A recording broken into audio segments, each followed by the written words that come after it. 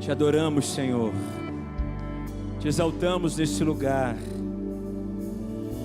Te pedimos, fica à vontade, ministra a Tua palavra ao nosso coração.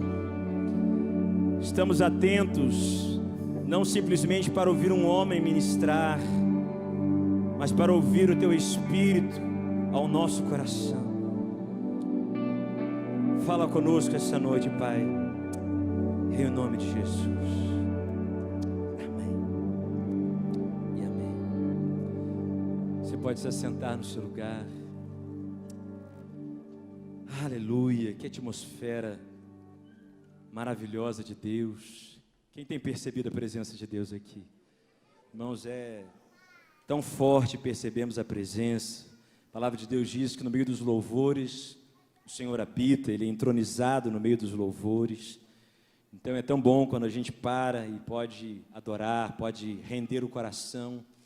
Todas as quintas-feiras estamos aqui no Carisma Open para exatamente mergulhar na palavra, também mergulhar na oração, no Espírito.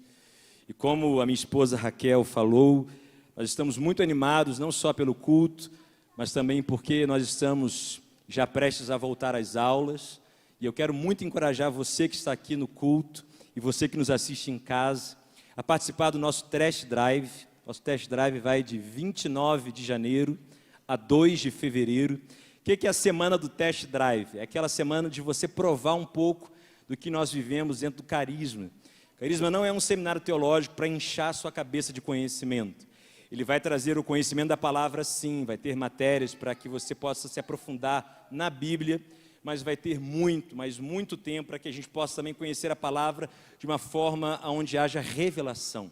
Irmãos, já há alguns anos no Carisma eu testemunho de tanta coisa que Deus fez. Alunos que no meio da aula foram batizados com o Espírito Santo, foram curados de enfermidades, dimensões sobrenaturais de Deus, dons espirituais manifestados no meio da sala de aula. É algo assim, difícil até da gente explicar, mas é algo muito marcante. Eu quero te convidar a participar conosco do dia 29 de janeiro até o dia 2 de fevereiro.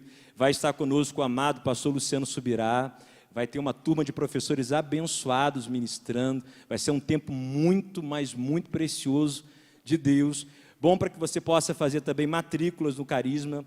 As matrículas do Carisma já estão abertas. Você já pode fazer a sua inscrição. Tem o teológico ministerial, que é esse que nós estamos falando, de segunda a sexta-feira. Você pode optar pela manhã ou optar pela noite. Várias disciplinas são ministradas assim, com mais tempo. Irmãos, é tão precioso. Eu, por exemplo, sou professor da matéria Justiça de Deus. Nessa matéria você vai descobrir o que é ser justiça de Deus. 2 Coríntios 5, 21, né? Aquele que não conheceu o pecado, Deus o fez pecado por nós, para que nele fôssemos feitos justiça de Deus. Nós vamos de fevereiro até junho falando sobre essa dimensão de justiça. É algo muito, mas muito precioso. Eu também leciono uma matéria chamada Relacionamentos Interpessoais, que vai te ajudar a relacionar melhor com o próximo. Eu tenho aqui um professor abençoado também aqui. Fica de pé, Leivis. O Leivis é o nosso professor, gente, de tabernáculo. O tabernáculo de Moisés. Irmãos, pensa na profundidade do tabernáculo. Você vai ver que no tabernáculo tem tanta figura para Cristo Jesus. É tanta simbologia preciosa que você nem faz ideia. O pastor Leivison, ele dá essa matéria, é algo assim, cheio de revelação de Deus. Minha esposa que estava aqui, a mais linda do mundo, essa com cabelo vermelho de fogo, gente. A Raquel, ela leciona fruto do Espírito, leciona uma matéria muito importante para a sua vida, que é como ser dirigido pelo Espírito Santo, para você aprender a ouvir a voz de Deus. Eu estou aqui só citando alguns exemplos de algumas matérias que a gente tem no Carisma e te encorajar a participar. Drummond, eu não posso todo dia, de segunda a sexta, mas nós temos um curso, que é o curso modular, que funciona 2 vezes por semana. Então, terça e quinta é quando ele funciona, você pode também estar fazendo parte. Ah, Drummond, eu já fiz o Carisma, ou eu quero fazer, mas eu queria trazer o meu filho. Você pode trazer o seu filho. Tem Carisma Kids, gente. Irmãos, as crianças são batizadas com o Espírito Santo no meio da aula, né? Tem aula sobre fé, aula sobre ser dirigido para elas. Então tem o Carisma Kids. E também aos sábados, Se há adolescentes, o adolescente pode participar do nosso Carisma Teen, né? Então, faça as inscrições. Está exatamente aqui no nosso antigo colégio cristão, é o prédio hoje do Carisma, ali no horário de, se não me engano, de 9 até as 6 da noite, você pode estar fazendo a sua inscrição, ou você que nos assiste pode estar fazendo pelo site carisma.org.br, lá tem mais informações para que você possa estar fazendo Carisma conosco. Amém, amados? Fala assim para o seu irmão, Deus quer falar com você essa noite. Eu queria que você abrisse a sua Bíblia comigo. Se você gosta de anotar, o título da mensagem do que nós vamos conversar essa noite é o seguinte: o poder da semente. O poder da semente. Eu queria que você abrisse a sua Bíblia comigo em Mateus capítulo 13. Nós vamos ler alguns textos. Mateus capítulo 13.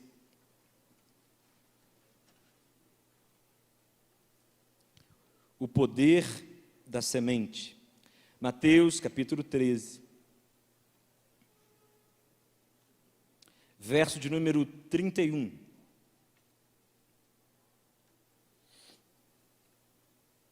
Diz assim, Mateus 13, 31.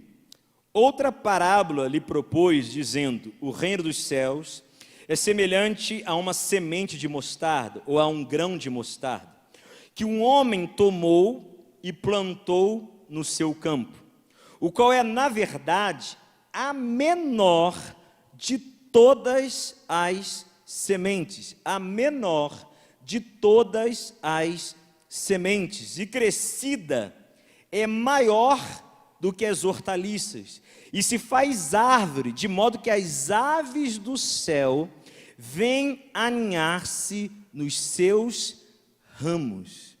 Vem comigo para João capítulo 12. João capítulo 12. O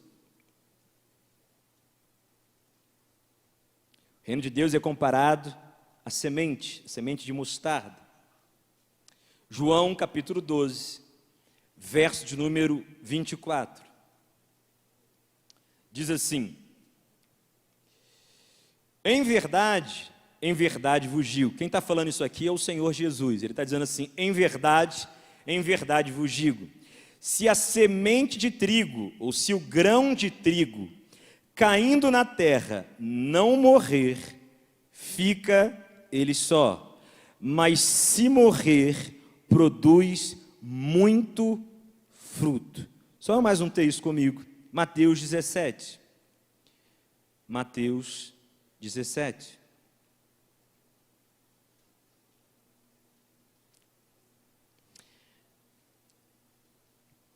Mateus 17, verso de número 20.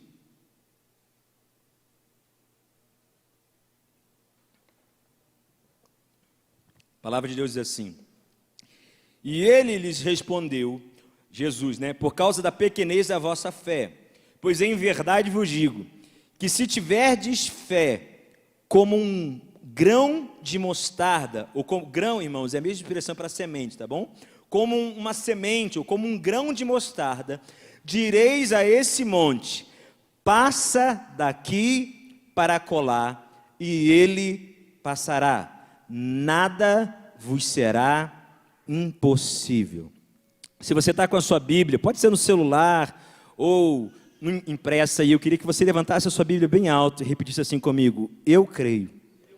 Diga bem forte, eu creio, que nessa noite, a palavra de Deus vai cair com uma semente e vai produzir na minha vida a transformação e a provisão que eu preciso, em nome de Jesus.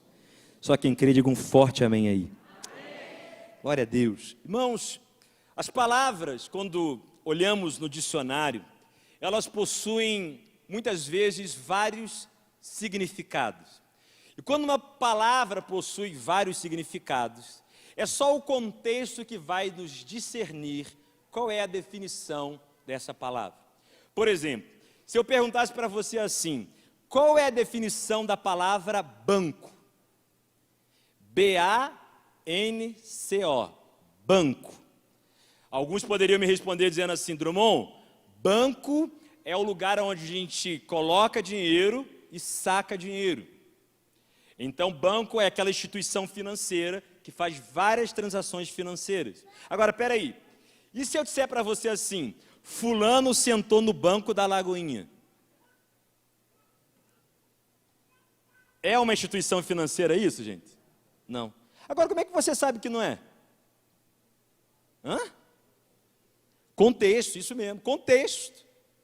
Drummond, eu não vou sentar numa instituição financeira. Lá eu vou para dinheiro. Mas se você vai para o dicionário e vê a palavra banco, você vai ver que ela significa, no dicionário Aurélio, instituição financeira, e ela significa também o banco, por exemplo, que você está sentado agora. Então, banco é um assento, mas banco também é uma instituição financeira.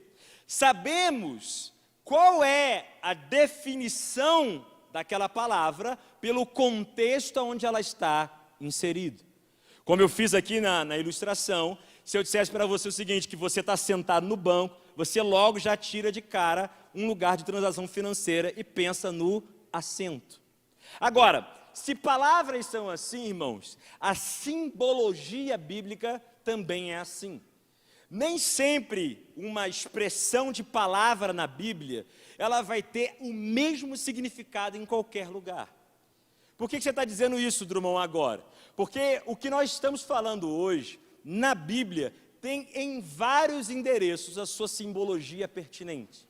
Na verdade, irmãos, a palavra semente, ou a ideia de semente na Bíblia, é algo mas muito usado, principalmente pelo Senhor Jesus.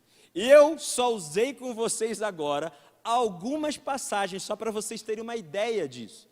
Mas a palavra semente na Bíblia, os seus contextos vão falando o que elas são. Por exemplo, semente na Bíblia simboliza a palavra de Deus. Aonde você vê isso, Drummond? Lá em Marcos capítulo 4, quando Jesus conta a famosa parábola do semeador. Ele diz lá que a semente simboliza a palavra de Deus. E a terra simboliza eu e você. A terra simboliza eu e você, e a semente, na parábola do semeador, simboliza a palavra de Deus em nós. Agora, gente, a semente nem sempre simboliza a palavra de Deus. Por exemplo, lá em 2 Coríntios capítulo 9, Paulo fala sobre a oferta, Paulo fala sobre dar dinheiro.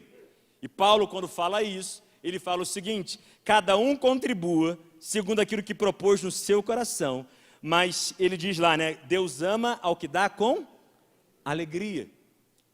Aí quando ele fala isso, depois que ele fala dessa contribuição, ele fala assim: mas lembre-se o seguinte, aquele que semeia pouco, pouco também, o que, gente? Pode falar mais alto, o quê?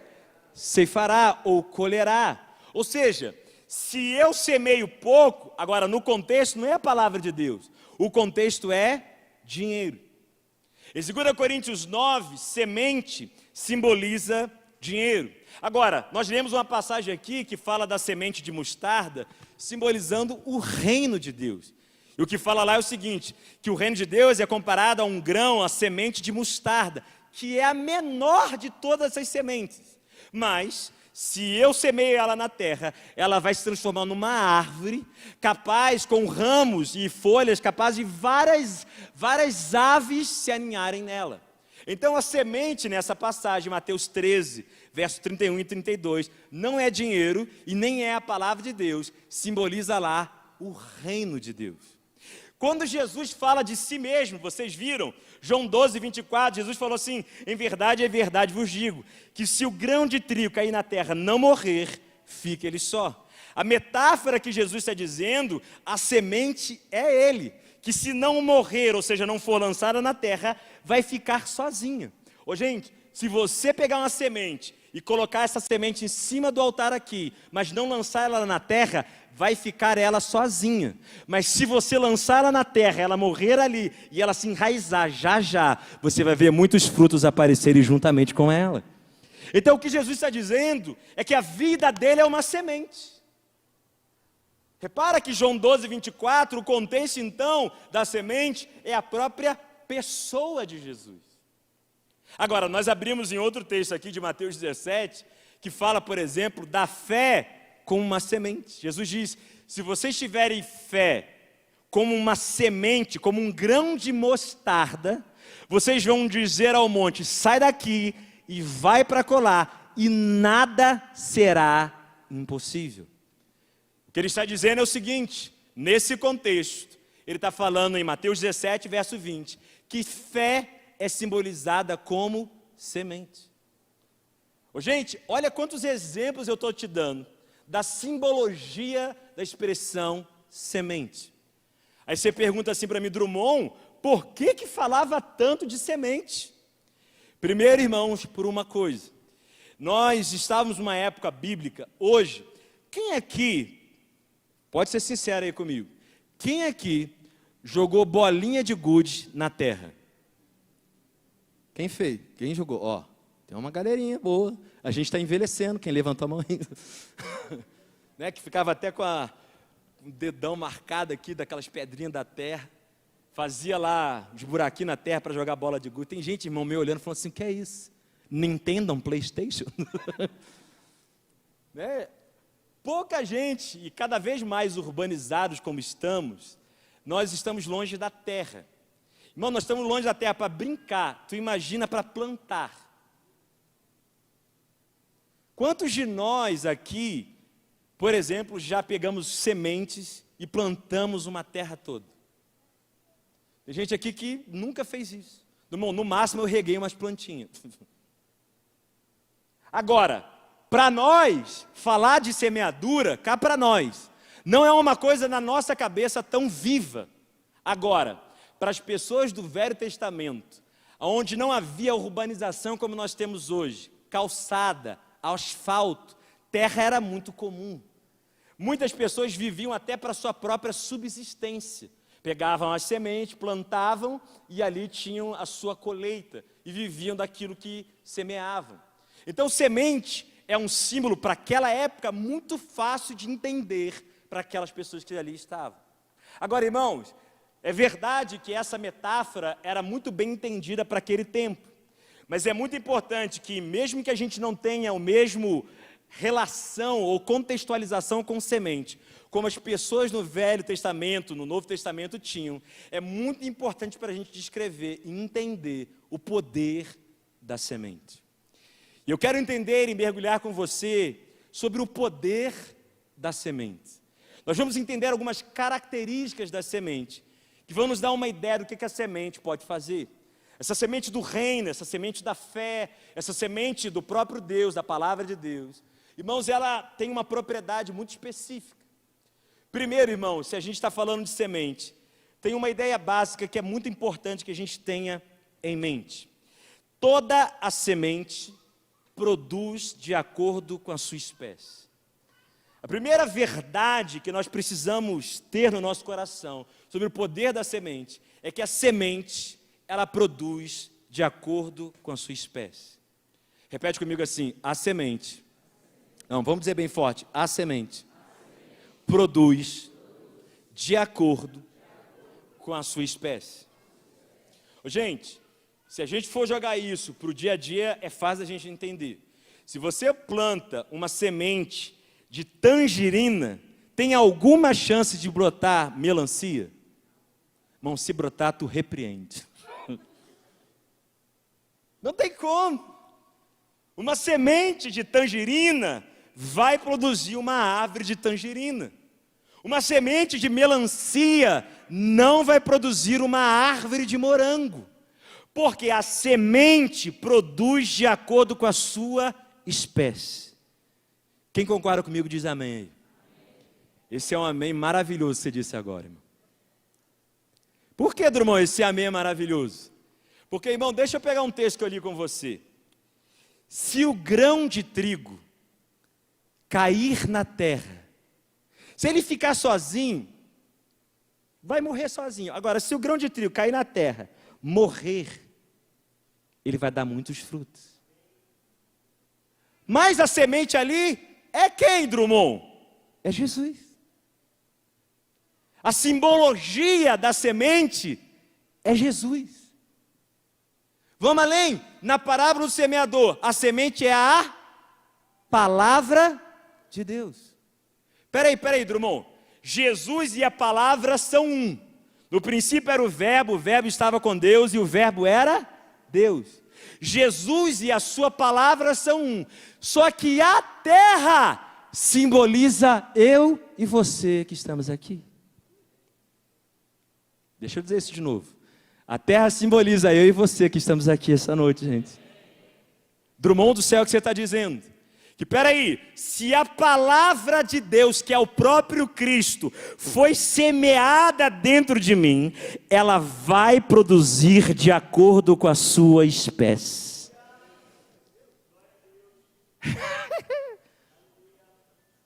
Uau!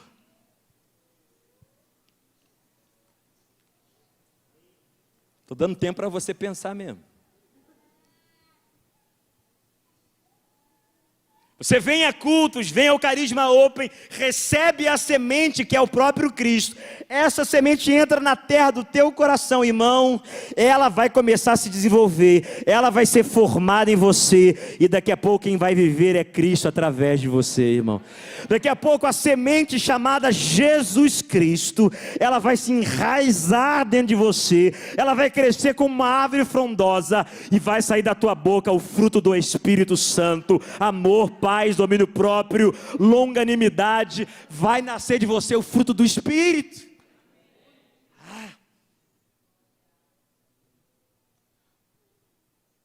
Paulo chegava a dizer, e essa figura ele usava com a gestação, ele falava assim: eu sofro dores de parto, falando aos Gálatas, para que Cristo seja formado dentro de vocês.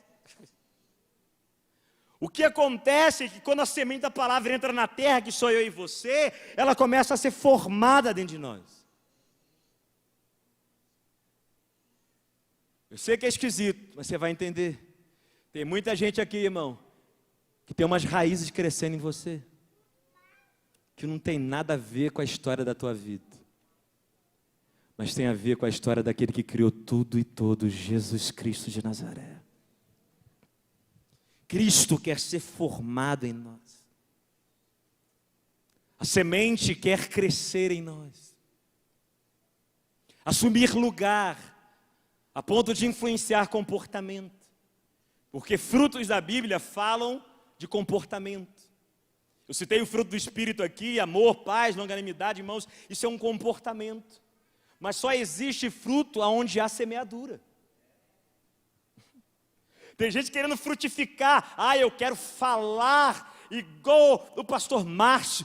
Eu quero ser ungido igual fulano de tal. Irmão, tem semente aí? Porque só pode frutificar comportamento aquilo que foi semeado em você. Eu quero que a minha mulher tenha um comportamento diferente comigo. Então o que você está fazendo? Você está semeando igual ela semeia em você? Ou você está semeando uma semente de amor? Tem gente que fala assim: eu quero que meu casamento mude, mas só briga com a mulher. Ou seja, ele só semeia aquilo que ele não quer. Agora, irmão, se você quer ver fruto, comportamento diferente nas pessoas à sua volta, semeie Jesus Cristo.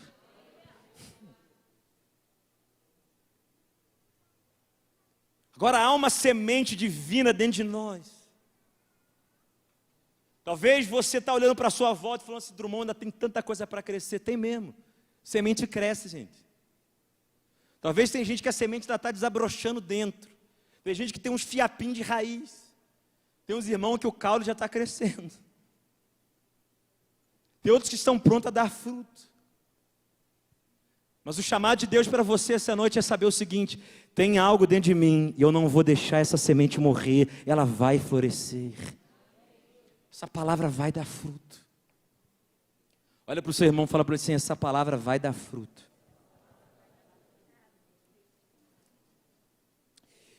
Gente, eu não sei se vai dar para mostrar para vocês. Eu peguei só um pedacinho de papel, tá? Uma semente, ela tem um tamanho desse. Pega aqui comigo. Isso. Vamos pensar numa semente com esse tamanho aqui. Irmão, isso aqui é nada. Se eu tivesse com uma semente de mostarda, que é a menor das sementes citada na Bíblia aqui, a semente de mostarda é menor do que esse papel que eu estou segurando, gente. Agora, por favor, entenda o que eu vou falar agora. Preste atenção todo mundo. Essa semente, irmão, imagina que eu esteja aqui com uma semente de manga, para uma árvore, uma mangueira. Irmão, pensa uma mangueira, aquela enorme, com aquele caule grosso, com aquela manga espada, de mangão que a gente come e fica cheirando manga uma semana. Aquela árvore enorme, enorme, ela está aqui.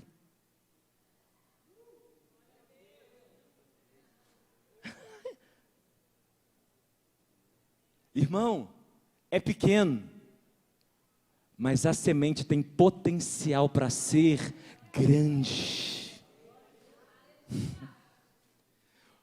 A segunda verdade que você tem que entender sobre o poder da semente é que ela é pequena, mas dentro de si contém tudo o que precisa para ser grande.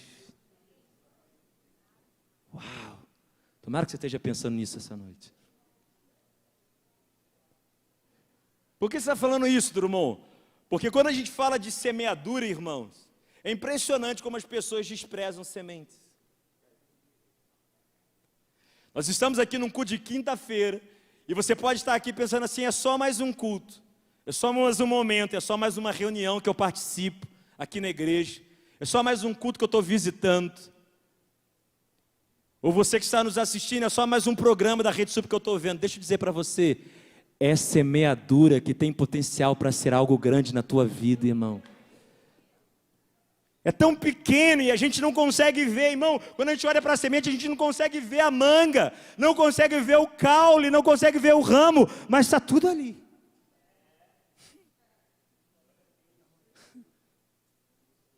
Você olha no espelho e fala assim, tadinho de mim.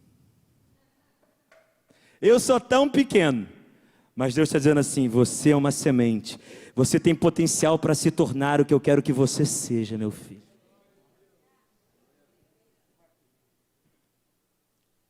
Se olha para você e vê você pequeno, Deus fala, você é semente.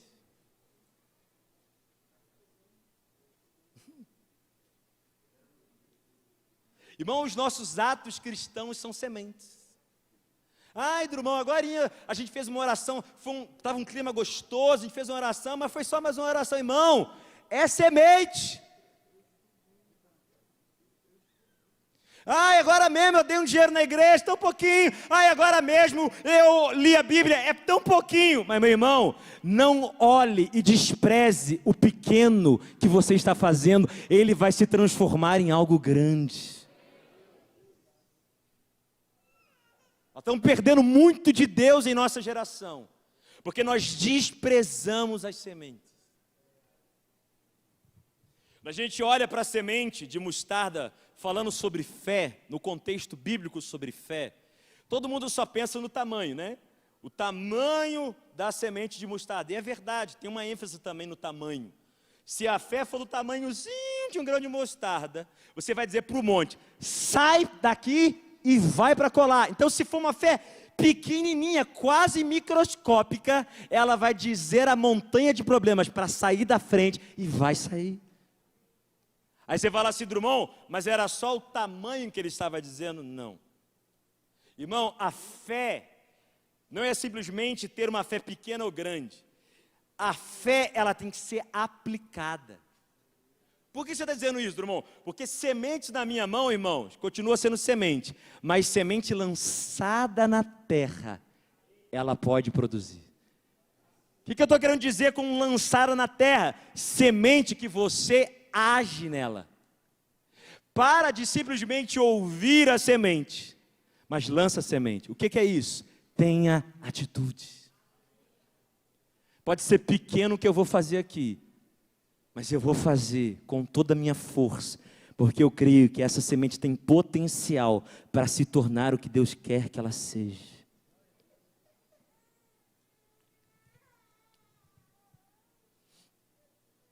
As ações são pequenas, irmãos. Cá para nós aqui, Conversa de pé de ouvido. Parece muito pequeno, às vezes, em relação aos problemas que a gente passa, as ações que a gente toma. Parece pequeno mesmo. Vamos pensar biblicamente? Por exemplo, Deus mandou Josué, Deus deu uma estratégia para Josué fazer o seguinte: rodear lá Jericó, e depois de rodear a terra, eles iam dar um grito. Agora, gente, o que é um grito diante de uma muralha? Pensa comigo. Não era muro não, gente, era muralha. Muralha dá para passar 2 carroças de boi em cima dela. Então não era um muro fino, era um muro com uma largura considerável. Era uma muralha com uma largura considerável. Agora pensa comigo, se o povo parasse assim: mas o que grito? Vou gritar para quê? Já rodeou. E agora ainda vai gritar. Gritar para quê? O que é um grito diante de uma muralha? Irmão, o que é uma queixara de jumento para matar mais de 1000 homens? O que é uma saliva para curar um cego? O que são 5 pães e 2 peixinhos para alimentar mais de 5.000 pessoas? O que é a água para transformar-se em vinho? Não é nada, mas na mão de um Deus Todo-Poderoso algo pode acontecer, irmão. Então acha. Janeiro, irmãos, é um mês de semeadura, olha para mim. Nós vamos colher muita coisa ao restante desse ano, gente. Semeadura. Semeadura em oração, semeadura em ação. Semeadura em fazer um bom trabalho. O problema é que a gente quer colheita sem sementes. Ai, Drummond, eu quero muita prosperidade, mas não quero trabalhar. Não, peraí, tem uma semeadura que eu tenho que fazer. A semente, ela tem o potencial de se tornar grande, mesmo sendo pequena. Cá para nós aqui, nós somos uma... Vai ficar esquisito, mas você vai entender. Nós somos um exemplo clássico disso. Eu vejo aqui homens barbados, mulheres cabeludas, não barbadas, né? Mulheres, cabelo grande, todo mundo desenvolvido. Mas, irmão, um dia, eu e você éramos um espermatozoide. Irmão, para ver a gente, só no microscópio. Um dia, você que está aí, já coube na barriga da sua mãe.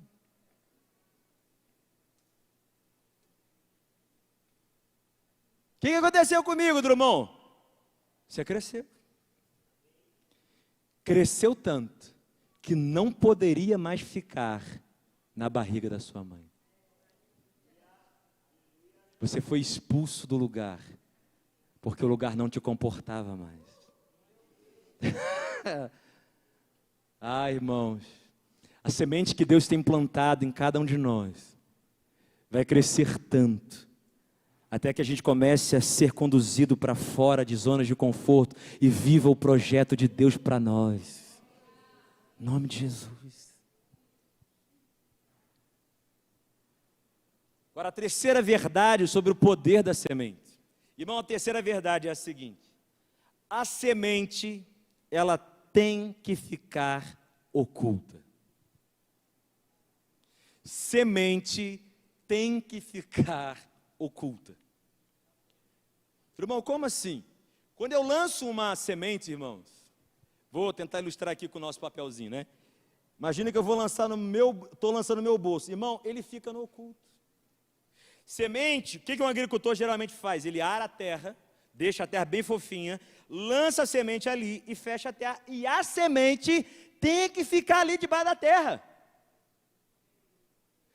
Irmão, a Bíblia diz que se a semente for lançada numa terra que é chamada o solo da beira do caminho, na parábola do semeador, primeiro solo, o solo da beira do caminho era um solo duro e compactado, a semente não entrava, ficava na superfície. O Senhor Jesus disse assim: se ficar na superfície, as aves vão pegar aquela semente e ela vai embora.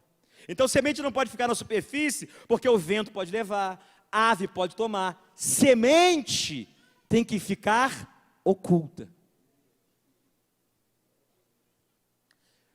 Quando a gente pensa em semente oculta, ou vamos dizer assim, semente escondida, nós temos que entender o seguinte: haverá o tempo da revelação. Mas por algum tempo, irmão, vai ter que ficar oculto. É por isso que tem alguns irmãos que falam assim: Drummond, não entendo. Deus falou comigo, Deus me deu uma promessa familiar. Deus deu uma promessa que eu vou ficar grávida. Drummond, Deus me deu uma palavra que eu vou ter um ministério assim. Drummond, Deus me deu uma palavra, sei lá, na área financeira, ministerial, não sei. Aí você fala assim: Drummond, Deus me deu essa semente, essa palavra dele, essa promessa dele no meu coração. Aí quando você recebeu com alegria, deixou aquilo entrar no teu coração. Mas passa algum tempo, muita gente fala assim: cadê?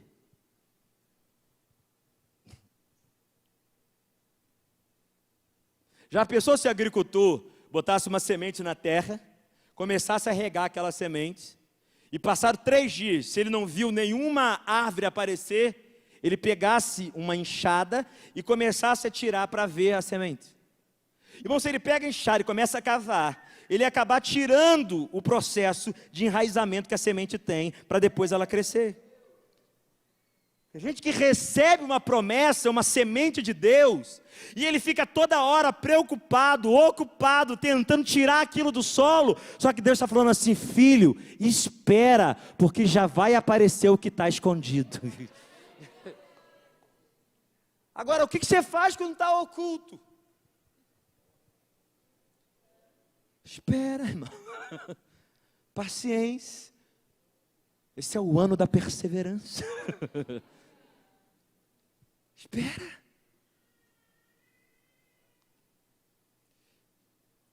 Havia um chamado na vida de Moisés, pensa comigo. Havia um chamado na vida de Moisés. O chamado era o seguinte: Moisés foi chamado para liderar o povo de Israel contra a opressão do Egito. Quem colocou, infundiu esse chamado em Moisés foi a sua mãe, que virou a sua ama, uma espécie de babá daquele tempo. Ela infunde essa cultura em Moisés. Por que você diz isso, irmão? Porque por 40 anos ele esteve na corte egípcia, aprendendo a cultura dos egípcios. Atos 7, 22 diz que ele foi educado em toda a ciência e arte dos egípcios. Ou seja, ele foi bem educado, cresceu com toda aquela cultura egípcia, que na época, gente, vamos dizer assim, era a cultura mais top que havia na terra. Era como se você estivesse mandando alguém para estudar em Harvard, nos Estados Unidos. Agora até enrolou. Lá em Harvard, em Oxford, sei lá, na Inglaterra, você ia levar a pessoa para estudar. Ele estudou no melhor. E vamos combinar aqui, ele ainda estudou, irmãos, sendo alguém da corte de Faraó.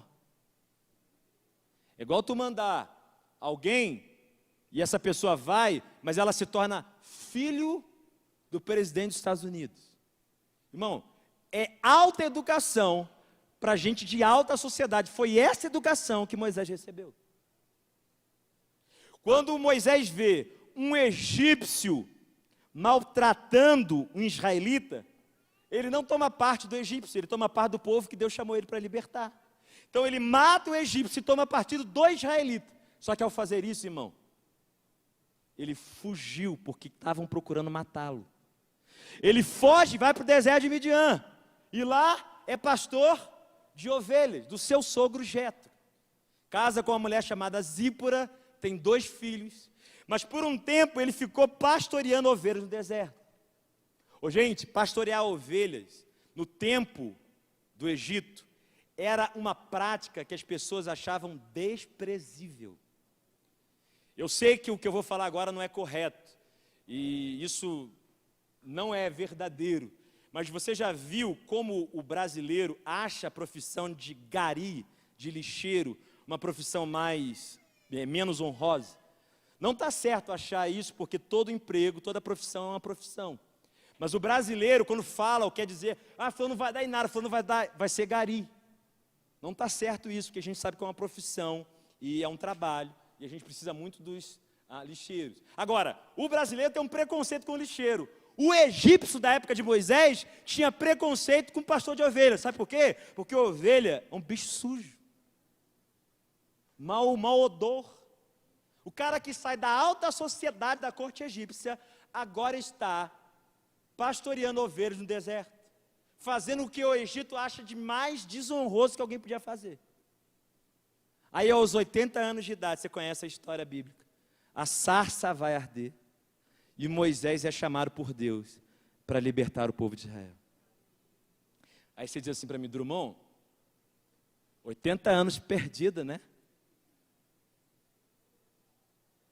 Pô, Deus dá uma semente que ele vai ser o libertador, usa a mãe dele para isso, dá essa semente para ele, aí ele fica 40 anos aprendendo a falar com o faraó, aprendendo a alta sociedade. E os outros 40 anos, ele fica cuidando de ovelhas no deserto.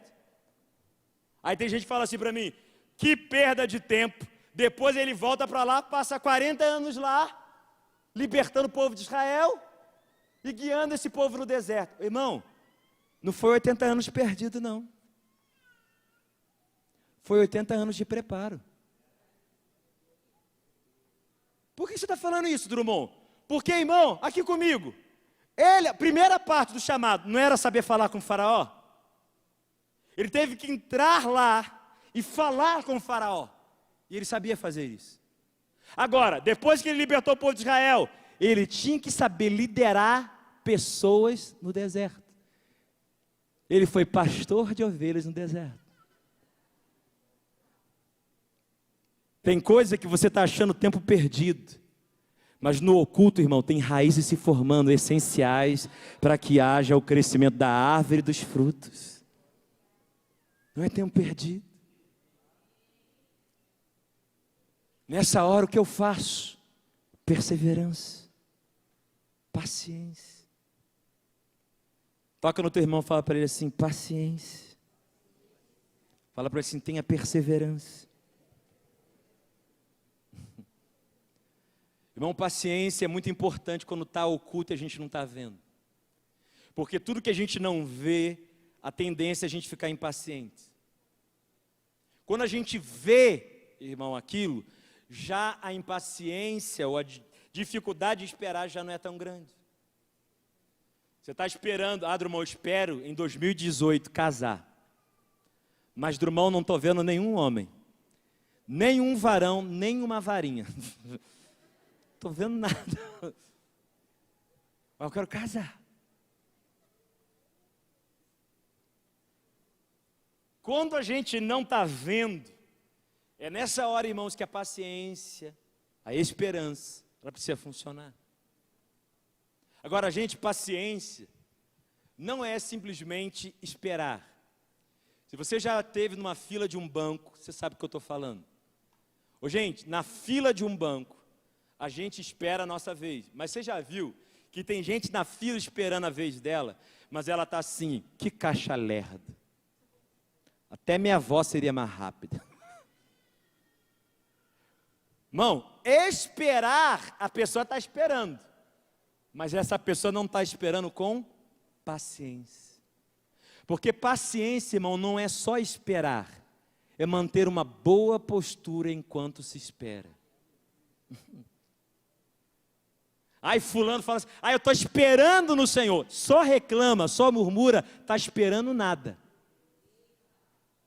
Porque quem espera no Senhor diz assim, a semente está no oculto, mas já já ela vai vir à tona, eu creio, pela fé está se desenvolvendo, eu vou ver a semeadura disso vir à existência. Agora, quem é impaciente, essa pessoa está esperando, mas ela não tem uma boa postura enquanto ela espera.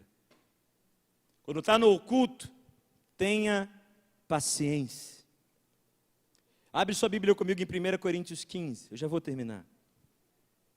Queria até chamar os músicos aqui no altar. 1 Coríntios 15.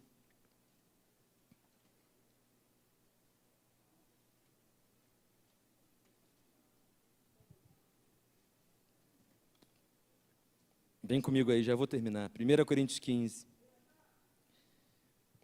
verso 37 e 38.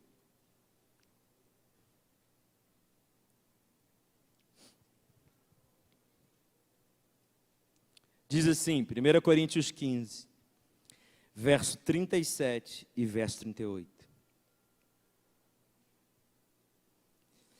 E quando semeias, não semeias o corpo que há de ser, mas o simples grão, ou a simples semente. como de trigo ou de qualquer outra semente. Mas Deus, diga comigo, mas Deus lhes dá corpo como lhe aprouve dar, e a cada uma das sementes o seu corpo apropriado. Olha aqui para mim. Esse texto é um texto, irmãos, que fala da semeadura do nosso corpo físico. A Bíblia diz que nós vamos semear esse corpo físico, mas nós vamos receber um corpo glorificado. E quem vai dar esse corpo com a medida correta, com o tamanho correto, é o próprio Deus. Mas o que se mostra aqui é o seguinte, é que quando nós semeamos, embora a gente, por exemplo, saiba uma semente de manga, se a gente planta e a gente planta outra semente de manga, gente, embora elas sejam da mesma espécie, você vai ver galhos formados de alguma forma diferente. Pega isso aqui comigo. Você vai ver frutos num galho e frutos no outro galho. Você pode ver talvez o topo da árvore um pouquinho maior do que a outra. Embora elas sejam da mesma semeadura, da mesma espécie, elas vão ter formas e tamanhos peculiares. Quando eu olho para vocês aqui, eu sei de uma coisa. Cada um de nós tem um tamanho apropriado que Deus vai fazer crescer. O apóstolo Paulo disse, eu plantei, Apolo regou, mas quem deu o crescimento foi o Senhor. Nós lançamos a semente, regamos essa semente, mas quem dá o crescimento para essa semente, quem dá o crescimento, as promessas, a palavra que Ele tem nos dado, é Ele mesmo. Deus é o autor e é o consumador da nossa fé. Deus é aquele que é o princípio e o fim. Drummond, eu já lancei, eu já estou vendo crescer, mas eu estou agoniado que nada brota. Irmão, vai brotar, porque quem plantou é poderoso para terminar a boa obra. Nós temos que confiar no poder da semente e no poder daquele que semeou em nós. Mais do que simplesmente algo que a gente lança, nós temos que ter a convicção que essa palavra, antes de mim e você, antes de eu e você confessarmos ela esteve na boca de Deus. Ela foi lançada em nós. Irmão, eu estou pregando para você aqui essa noite, mas essa palavra um dia esteve na boca do próprio Jesus, e a gente está falando disso aqui. A semente das promessas, o autor é o próprio Cristo, e isso vai ser desenvolvido de acordo com a medida dele. Você pode ficar de pé onde você está.